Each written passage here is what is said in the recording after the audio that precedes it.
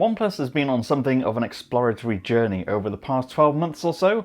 Instead of launching 1 or 2 phones globally every year, it's launched different models in different regions. That meant while some markets got the original Nord, others like the US didn't. Then OnePlus followed up later on with different phones to suit different markets. This is pretty standard practice for most manufacturers, but hasn't been for OnePlus until now. But obviously this transition into being a proper smartphone maker is working because it's back again with the OnePlus Nord CE. I'm Cam Bunton from Pocket-lint and this is my review. And while you're here, it would be brilliant if you tap that like button, and if you subscribe and tap the notification bell, you stay up to date with all of our uploads. For a while there's been this sense that when building a good smartphone you have to start with the right materials. It had to be aluminium or steel and glass. Using plastic was as good as writing cheap trash over the back of the phone in capital letters. But things have changed, thanks in part to efforts from Samsung. With its Galaxy Note 20, S20 FE and this year's S21, it showed you can use plastic materials in a way that doesn't detract from the look and the feel of a phone. OnePlus has taken the same approach with the Nord CE. This blue void model has an eye-catching blue finish with just the slightest splash of purple at the edges. Being a frosted matte finished plastic does have its advantages too. Firstly, it's not at all slippery, so it's not hard to keep hold of one-handed, and it's not likely to just randomly slide off the arm of your sofa. Secondly, it's not as likely to crack or turn into tiny shards when it's dropped or banged against something. It's a very practical choice. And it just feels, well, nice. That's not the only practical choice made by OnePlus with the Nord CE though. It's both slimmer and lighter than the first Nord, so it doesn't feel like a huge phone in your hand.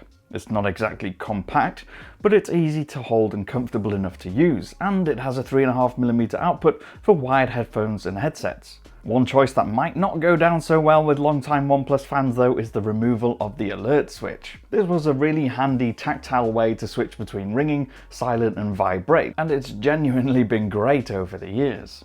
Apparently though, that's not considered core enough to make it onto a Core Edition OnePlus phone. In case you were wondering, yes, that's what CE stands for. Other core design choices include not having a physical fingerprint sensor. Instead, there's an in-display one, so there's nothing on the back to break up that glorious matte blue surface. The camera housing is a pretty basic pill-shaped protrusion, and the display has just the one hole punched through for its single camera. Sadly, one last feature not deemed essential enough to a Core Edition phone is a subtle haptic motor for feedback. That means with it enabled, keyboard taps are accompanied by a nasty feeling buzz, rather than a subtle tap. We quickly switched that off. Now, smartphone screen resolutions haven't really changed that much recently, so it's no surprise to find a Full HD or a variation of a Full HD screen on the front of this phone. This particular flavour is 1080 by 2400, which is the same as what's on most other OnePlus phones. That means it's plenty sharp enough for day-to-day tasks with individual pixels imperceptible. It's AMOLED too, which means it's pretty punchy with vibrant colours and deep blacks.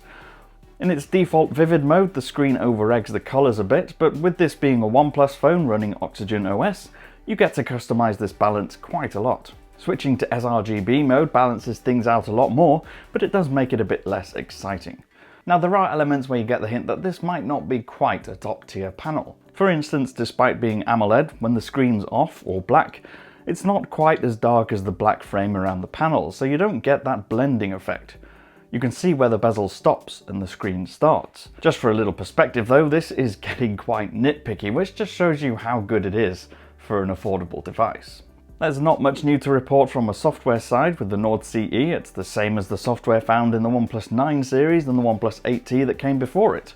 It's Oxygen OS 11 and it's based on Android 11, which represented a major redesign when it first launched. It has everything you need presented in a clean and clutter-free way.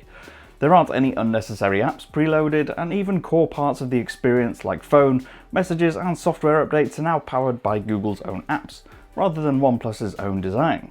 Now where the Core Edition OnePlus phone gets it really right is with the speed and fluidity that you feel underneath your fingertips. That performance transitions well into games and apps. Using it daily as a main phone, it never left us in any real need of more, despite only having a Snapdragon 750G processor. It's not a top-tier platform, but just like the Snapdragon 765 that appeared in the first Nord, this one gets the job done without any trouble. Playing Mario Kart was a hassle-free, smooth experience, as well as browsing the web, scrolling through Twitter and any other app we came across in our day-to-day phone usage. Similarly, the 4,500 mAh battery inside is more than strong enough to cope with the most demanding of days. For the most part, with light usage, we'd finish the day with something like 40% of the battery left over. That's with the usual hour or so of web browsing and social media, plus a chunk of gaming. OnePlus and cameras. Where to start? It seems like an age-old complaint. OnePlus phones often have not quite good enough cameras in them. Now, they've definitely improved the quality over the past couple of years, there's no denying that, and for the most part the primary snapper on the Nord CE is decent. You'll get sharp photos with good colours and depth of field, and that's from the 64 megapixel sensor. The pixel bins down to 16 megapixel images automatically, so isn't using all 64 million of those pixels individually unless you enable it yourself. Now, there is one major weakness we've encountered on the Nord CE's primary lens, however, and that's focus distance. It really does not like focusing on anything closer than about 13 or 14 centimeters away, which means close-up shots of flowers, bugs, berries and the like are near on impossible.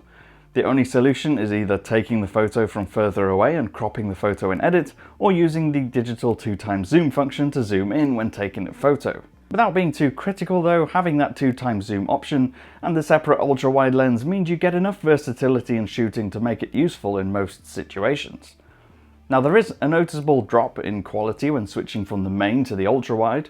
Images lose some crispness and appear visually more contrast heavy and darker. It's not the most consistent of experiences. In fact, in some ways, OnePlus again would be better off sticking with the single camera and ignoring the rest. So in the end, the OnePlus Nord Core Edition is something of an unusual phone in its position. The first OnePlus Nord in itself was supposed to represent the core essentials of OnePlus phones, stripped down but without any real compromise. So in essence, the OnePlus Nord CE is a core edition of a core edition, but that's perhaps overthinking things slightly. What really matters is that for the money you're getting a phone without any significant flaws. It's fast and responsive, it's well designed, has a good camera and a good screen. It's comfortably one of the best phones in its price bracket. I've been Cam, I'm at Cam Bunton on social media. If you want to follow me or ask me any questions you can do, but as always there is the comment section down below. Don't forget, if you did like this video, please do hit that thumbs up, subscribe and tap the notification bell to make sure you don't miss any more. And I'll see you again in the next one. Bye for now.